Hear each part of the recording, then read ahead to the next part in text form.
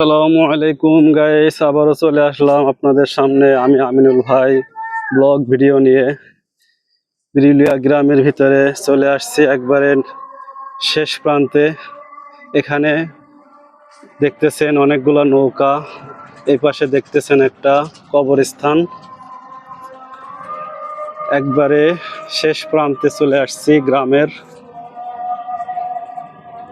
ভিডিওটি না টেনে সম্পূর্ণ দেখতে থাকুন। এই হলো আপনার কবরস্থানের গেট।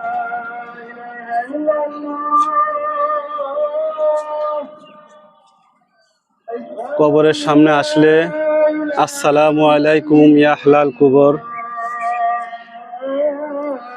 এখানে নৌকা দিয়ে অনেকে পারাপার হয়। এই যে কবরস্থান এই পাশে গাইস, জায়গাটা বেশ অসাধারণ। এই হলো বিরুলিয়া পিলার নম্বর 30। ভিডিওটি কেমন হয়েছে অবশ্যই কমেন্টের মাধ্যমে জানাবেন, আর আমাদের চ্যানেলটাকে সাবস্ক্রাইব করে পাশে থাকবেন, বেল আইকনটা বাজায় দিবেন। এই হলো বিরুলিয়া গ্রাম গাইস, আসলে অসাধারণ লাগতেছে। ভিডিওটি সবাই শেয়ার করে দিবেন।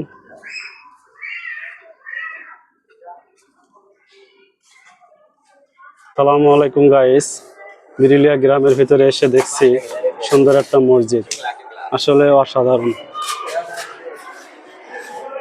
মসজিদটা দেখে আমার খুব ভালো লাগছে গাইস।